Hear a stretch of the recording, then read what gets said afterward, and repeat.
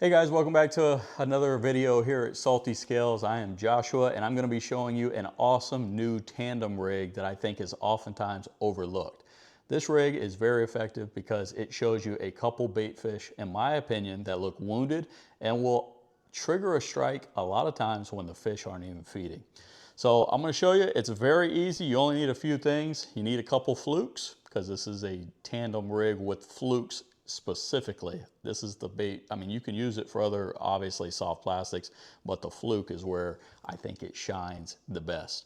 Now, a couple flukes, you're going to need a couple worm hooks. Now, the size is going to be dependent on the bait that you're using. Anywhere from a 3/0 to a 5/0 is what I typically use for inshore fishing.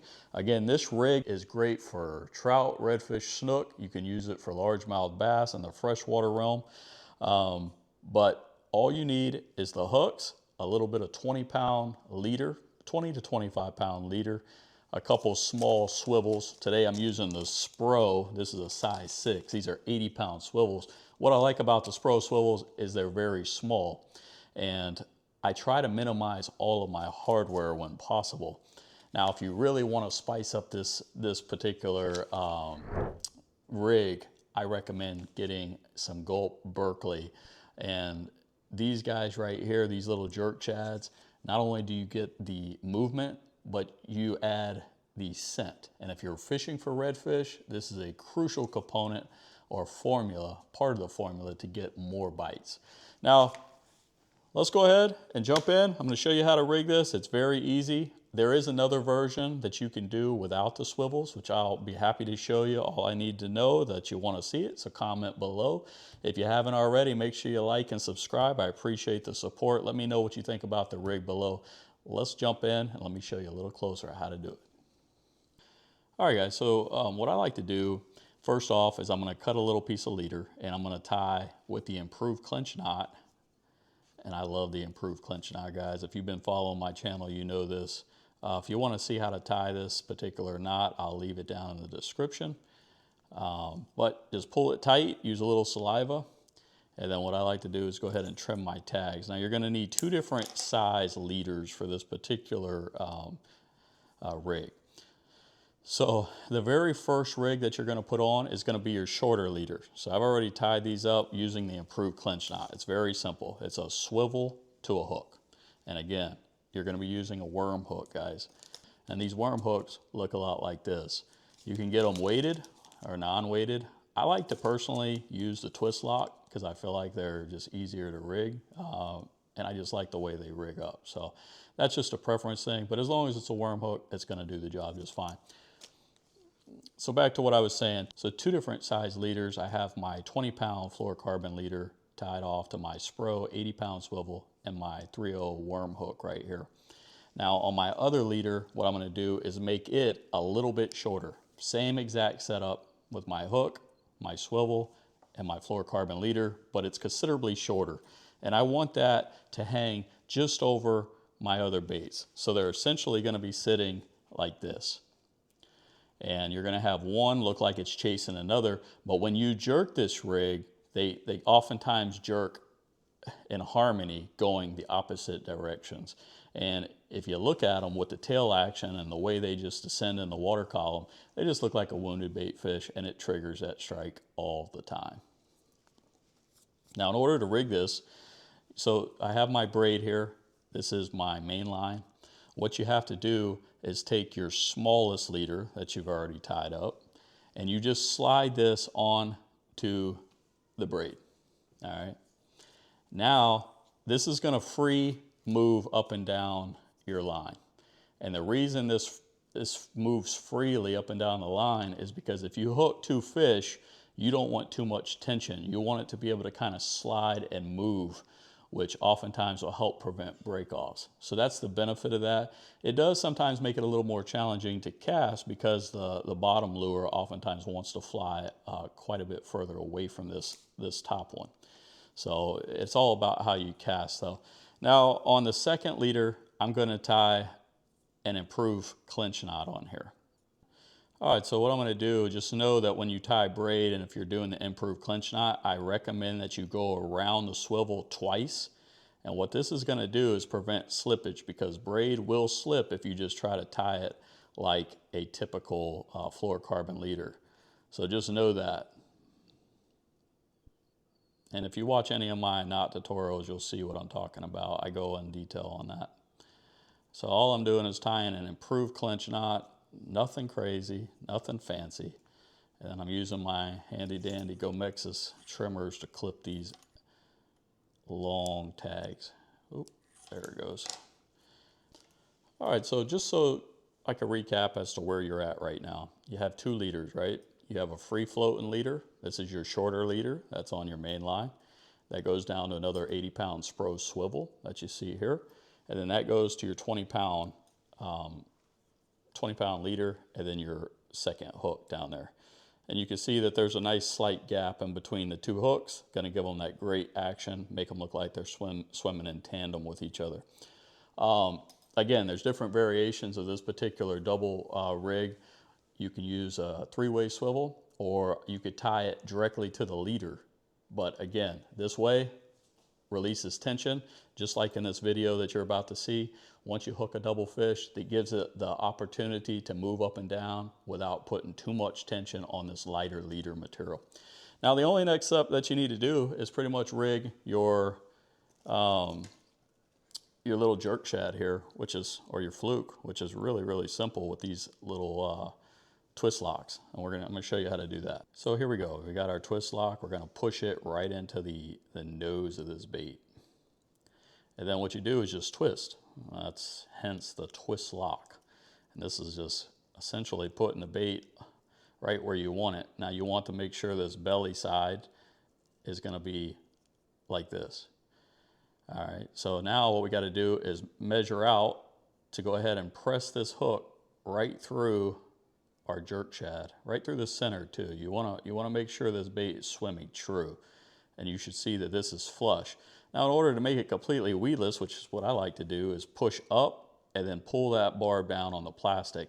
And now you'll see that that has no way of catching on any branch, grass, or brush. So it's gonna swim true in the water.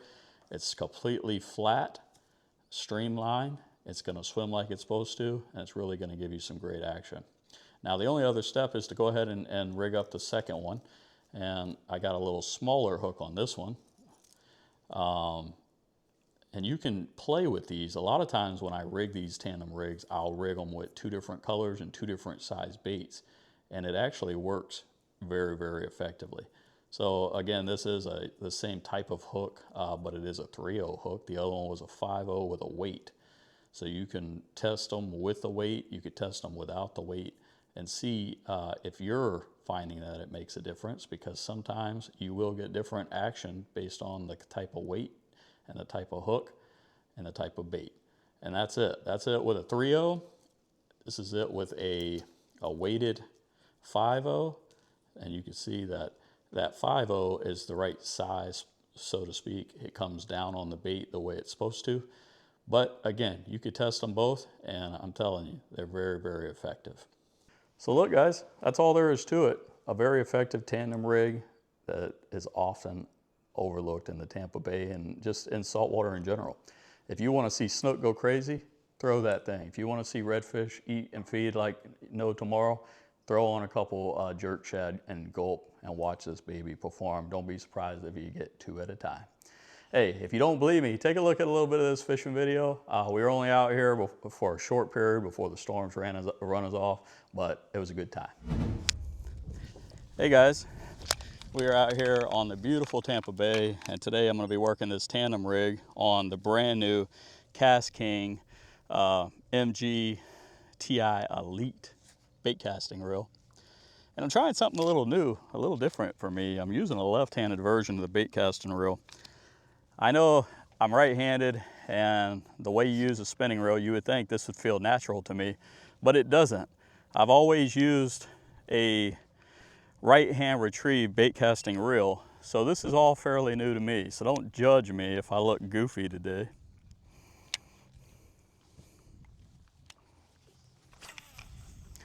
Well, we got this tandem rig that I was just showing you guys, and this rig is pretty phenomenal if you use it properly, especially at certain times of year. It's more effective than other times of the year. And right now, as that water is slowly starting to cool down, this is a great time to use this particular rig because the fish and the snook are chasing baits.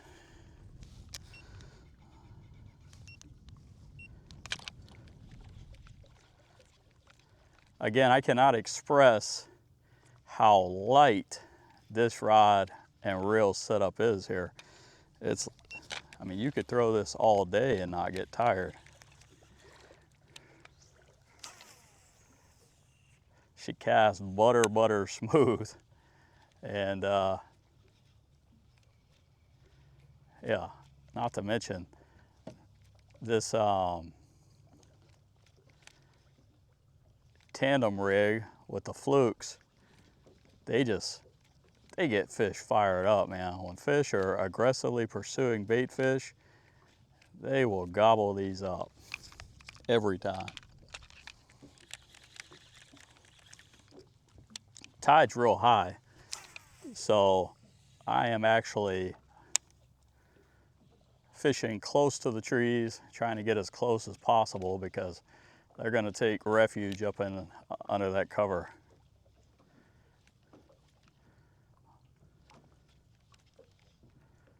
Starting to see a lot of thread fins move in on the flat.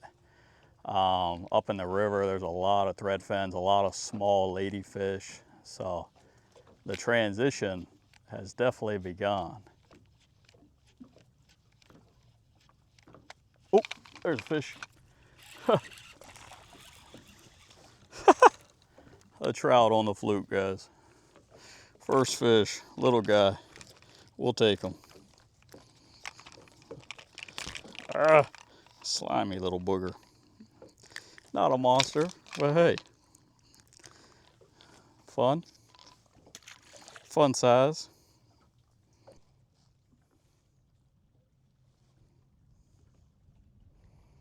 I just need a 25-inch red and a 35-inch snook. That's it.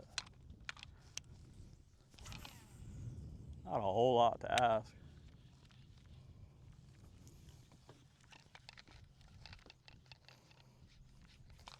There he is. What the hell? Oh, I think we got a redfish chasing a redfish. Oh no, it was a redfish. Oh, I think I got two fish, Stephanie. I got two fish. Oh, there was a redfish chasing the jack, and the jack took it from him. Oh, look at him. The redfish is right there.